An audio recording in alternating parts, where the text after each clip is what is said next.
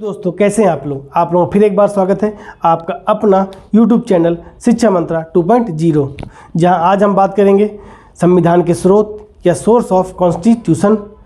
इसमें हम देखेंगे कि जो हमारे संविधान में जो प्रावधान दिए गए हैं वह कहां से लिए गए हैं या किस देश से लिए गए हैं। ठीक है, तो आइए देखते हैं। देखिए, एक है आपका ब्रिटेन से क्या लिया गया है, और दूसरा है जापान से क्या लिया गया है, और तीसरा है आपका अमेरिका। ठीक है, देखिए हम इस प्रकार इसलिए पढ़ रहे हैं ताकि आपको याद रहे। अंतर करके पढ़ेंगे ना तो चीज़ें क्या होंगी, आपको ज़्यादा क्लियर होंगी और ज़्यादा याद रहेंगी। ठीक है, इसलिए हम ऐसे पढ़ रहे हैं। नहीं, हम चाहते तो ऐसे भी लिख सकते थे कि ब्रिटेन लिखते और सारा जो प्रावधान लिए गए वो लिख देते, जापान लिखते और सारे प्रावधान लिख देते। लेकिन उससे क्या है, अभी तो आप याद रखोगे लेकिन बाद में एग्जाम में आप भूल जाओगे। ठीक है, तो इसीलिए हम अंतर करके देख रहे हैं। अगर हम ब्रिटेन देखें तो जब भी ब्रिटेन का नाम आए तो याद रखिएगा संसद। क्या संसद, तो इसका मतलब क्या हुआ, संसदीय शासन।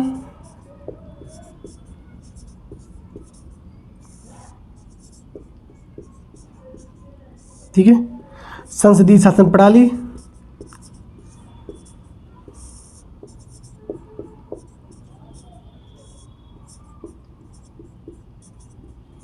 ठीक है, फिर है आपका द्विसदनीयता।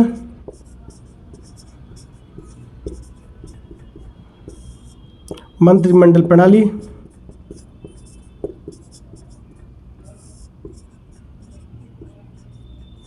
ठीक है, विधि का शासन।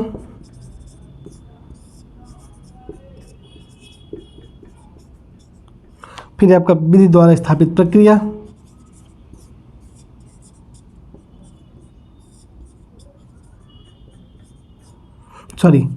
विधायी प्रक्रिया विधायी प्रक्रिया। और फिर आपका नागरिकता। ठीक है, तो ये चीज़ आपका ब्रिटेन से लिया गया है। अगर हम देखें तो ब्रिटेन का जब भी ब्रिटेन का नाम आपके दिमाग में आए तो हमेशा याद रखना है क्या, संसद। तो संसद से क्या हुआ, संसदीय शासन प्रणाली, द्विसदनीयता मतलब लोकसभा और राज्यसभा, मंत्रिमंडल प्रणाली, विधि का शासन। तो अगर देखें कानून कहाँ बनता है तो संसद में बनता है, संसद में। तो वह विधि का शासन, विधायी प्रक्रिया और आपका नागरिकता। दूसरा दिया है जापान, तो यहाँ से लिया गया है विधि द्वारा स्थापित प्रक्रिया। विधि द्वारा स्थापित प्रक्रिया। देखिए दो वर्ड है, एक क्या है आपका विधि का शासन है और दूसरा विधि द्वारा स्थापित प्रक्रिया है। अगर विधि का शासन में हम देखें तो इसका मतलब हुआ कि कानून सर्वोपरि है, चाहे कोई रूढ़ी हो या मान्यताएं हो, उससे ऊपर क्या कानून है। सारा कार्य कानून के अनुसार ही होगा, विधि के अनुसार होगा। लेकिन हम विधि द्वारा स्थापित प्रक्रिया देखें तो इसका मतलब है जो विधि बनाई गई है वो उसमें जो हमारे संविधान में जो प्रावधान दिया गया है उस प्रावधान को फॉलो किया गया है या नहीं किया गया है।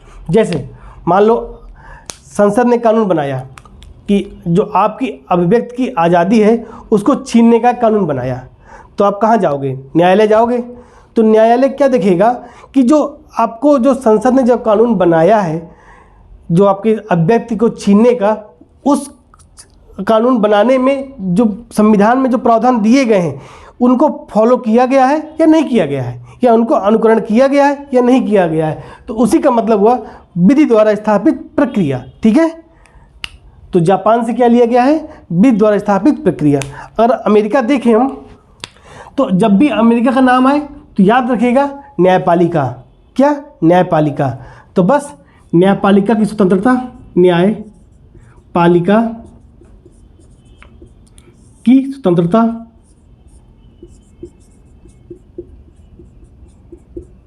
ठीक है, दूसरा न्यायपालिका के पुनरावलोकन,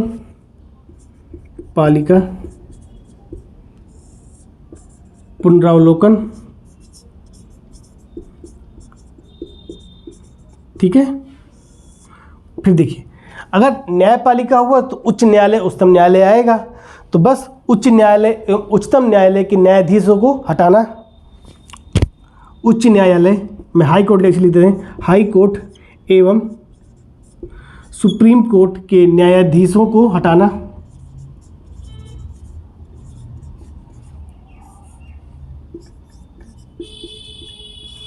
ठीक है। क्या हुआ, जब भी आए तो न्यायपालिका, न्यायपालिका का मतलब न्यायपालिका की स्वतंत्रता, पुनरावलोकन, हाई कोर्ट एवं सुप्रीम कोर्ट के न्यायाधीशों को हटाना। फिर जब भी अमेरिका का मतलब, अमेरिका का जब भी आप देखे होंगे तो राष्ट्रपति का चुनाव होता है, तो बस वही राष्ट्रपति, मतलब राष्ट्रपति का महाभियोग, राष्ट्रपति का महाभियोग, महाभियोग, और क्या है, उपराष्ट्रपति का पद।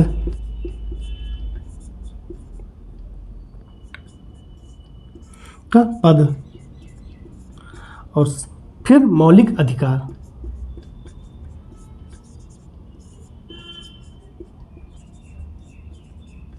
तो ये प्रावधान कहाँ से लिए गए हैं, अमेरिका से। क्या क्या लिया गया है, न्यायपालिका की स्वतंत्रता, पुनरावलोकन, हाई कोर्ट एवं सुप्रीम कोर्ट के न्यायाधीशों को हटाना, राष्ट्रपति का महाभियोग और उपराष्ट्रपति का पद और मौलिक अधिकार। कहाँ से लिए गए हैं, अमेरिका से। तो ये रहा आपका ब्रिटेन, जापान और अमेरिका। ठीक है, इसका प्रिंट आउट ले लीजिए, फिर हम आगे देखते हैं।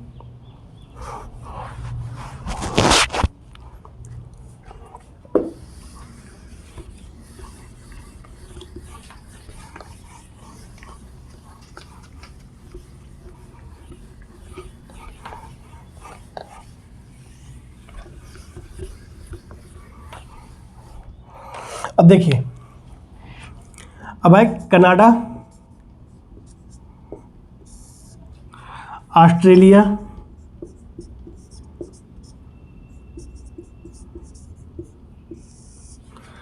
आयरलैंड। ठीक है, आयरलैंड।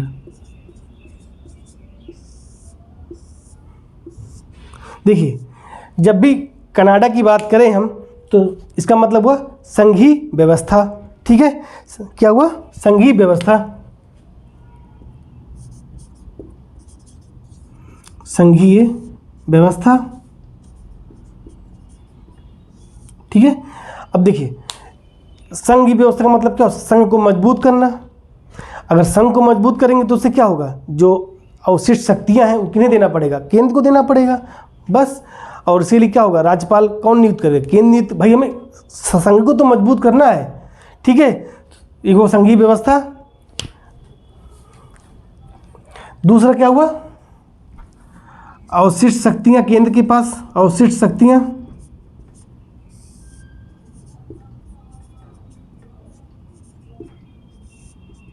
केंद्र को।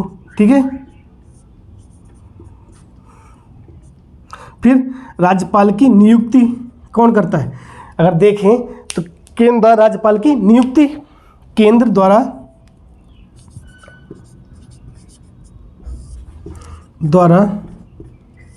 राज्यपाल की नियुक्ति।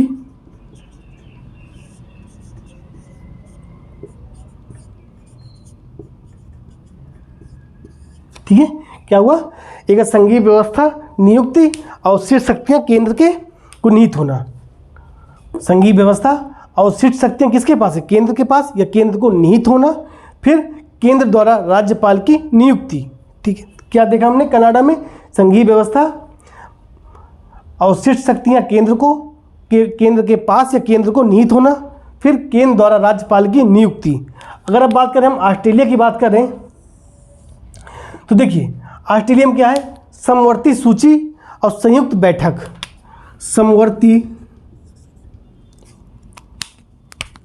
समवर्ती सूची और संयुक्त बैठक।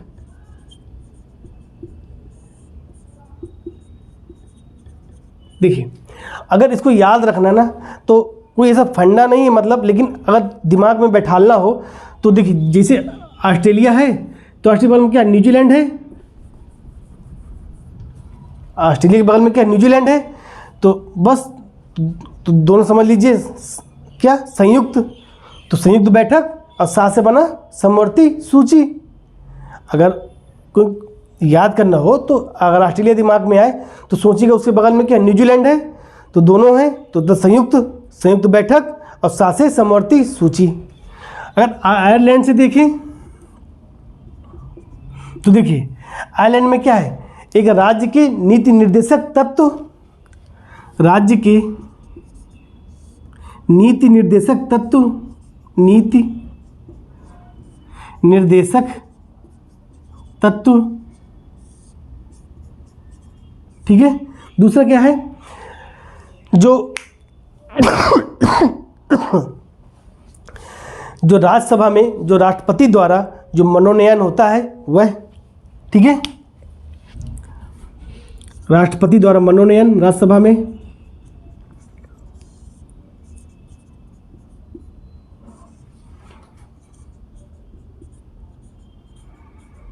क्या हुआ, राज्य के नीति निर्देशक तत्व, राष्ट्रपति द्वारा जो 12 सदस्यों का जो मनोनयन होता है वो हो गया आपका। और तीसरा एक है आपका राज्य के नीति निर्देशक तत्व, राष्ट्रपति द्वारा मनोनयन कहाँ होगा, जो 12 सदस्यों का होता है, होता कहाँ होता है, राज्यसभा में, राज्य सभा में, ठीक है। और फिर एक राष्ट्रपति के निर्वाचन की प्रक्रिया, राष्ट्रपति के निर्वाचन की जो प्रक्रिया दी गई है वह आयरलैंड से ली गया है, ठीक है, निर्वाचन की प्रक्रिया। तो 3 चीज़ें हैं, क्या क्या हैं, एक है राष्ट्रपति की निर्वाचन की प्रक्रिया या पद्धति, दूसरा राज्य के नीति निर्देशक तत्व, और तीसरा है राष्ट्रपति द्वारा जो 12 सदस्यों का जो मनोनयन होता है राज्यसभा में वह है। देखिए राष्ट्रपति का जो महाभियोग कहाँ है, अमेरिका में है, और राष्ट्रपति का जो निर्वाचन जो पद्धति है वो कहाँ है, आयरलैंड में है, और उपराष्ट्रपति का पद कहाँ है, अमेरिका में है। तो ऐसी चीज़ों को याद करिए, तभी आपको चीज़ें दिमाग में रहेंगी कि उपराष्ट्रपति का पद कहाँ है, अमेरिका में, राष्ट्रपति का जो निर्वाचन जो पद्धति है वो कहाँ है, आयरलैंड में, राष्ट्रपति का महाभियोग कहाँ है, आपका अमेरिका में, ठीक है। तो ऐसी चीज़ों को याद करिए अंतर करके, तो आपको जल्दी याद हो जाएगा, ठीक है। इसका प्रिंट शॉट ले लीजिए, फिर आगे देखते हैं। अच्छा ले लीजिए, एक बार प्रिंट शॉट लेना हो जो।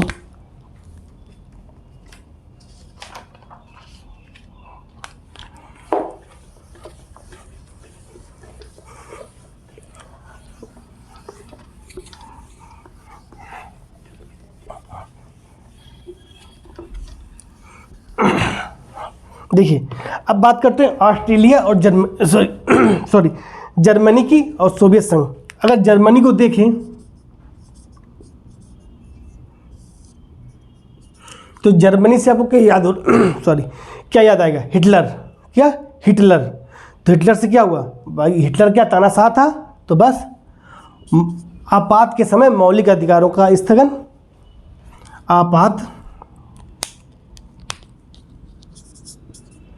आपात के समय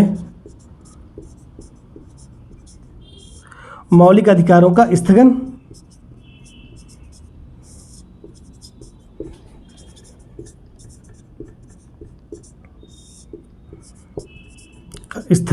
ठीक है। कहाँ दिया गया है, जर्मनी से। जब भी जर्मनी का नाम आए तो दिमाग में जाए हिटलर। हिटलर क्या तानाशाह था, तो आपात के समय मौलिक अधिकारों का स्थगन, ठीक है। अब बात करते हैं दक्षिण अफ्रीका और सोवियत संघ की। अगर हम देखें दक्षिण अफ्रीका,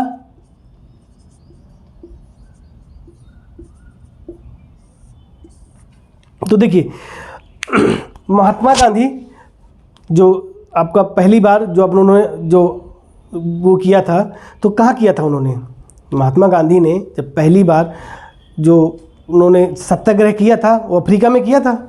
तो बस तो वहाँ से याद रखिएगा संविधान संशोधन, मतलब कुछ संशोधन किया था, तो बस वही ऐसे याद रखिएगा। देखो कोई वो नहीं, मतलब मेथड नहीं बता रहा कि मतलब ऐसे लिखा है, मैं एक तरीका बता रहा हूँ याद करने का, कैसे चीज़ों को याद रखें, ठीक है। क्या है, संविधान संशोधन,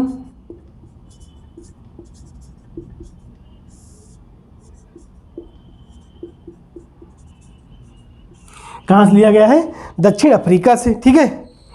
और दूसरा, जो राज्यसभा में आपके सदस्यों का जो निर्वाचन होता है वह भी यहाँ से लिया गया है। कहाँ? राज्य सभा के सदस्यों का निर्वाचन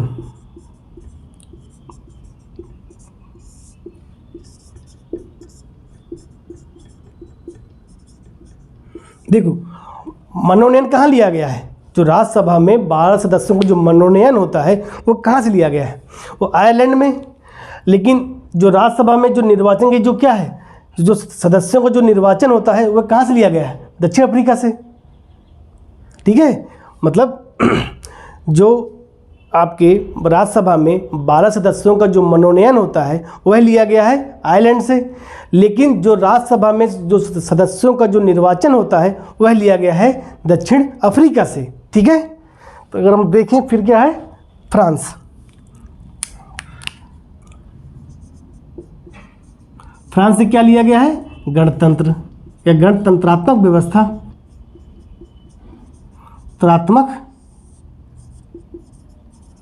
व्यवस्था, ठीक है। जर्मनी हो गया, दक्षिण अफ्रीका हो गया, फ्रांस हो गया, आपका जापान, जब जर्मनी हो गया, दक्षिण अफ्रीका हो गया, फ्रांस हो गया। तो हमने क्या क्या देखा? एक ब्रिटेन देखा, दूसरा अमेरिका देखा, फिर आयरलैंड देखा, फिर हमने क्या देखा?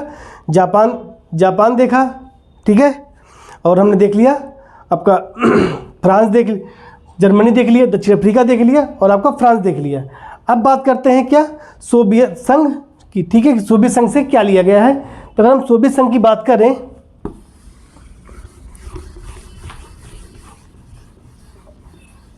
तो सोवियत संघ से क्या लिया गया है?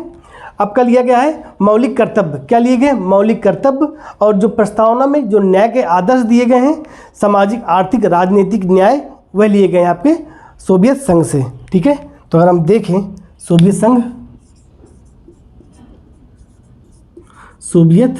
संघ क्या लिया गया है? यहां से लिया गया है पहला मौलिक कर्तव्य,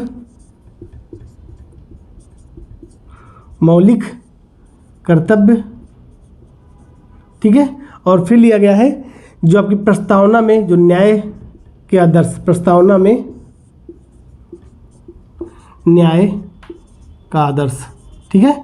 जो न्याय मतलब सामाजिक, आर्थिक और राजनीतिक न्याय के जो आदर्श दिए गए हैं वो कहाँ से दिए गए हैं? आपके सोवियत संघ से, ठीक है। न्याय के आदर्श,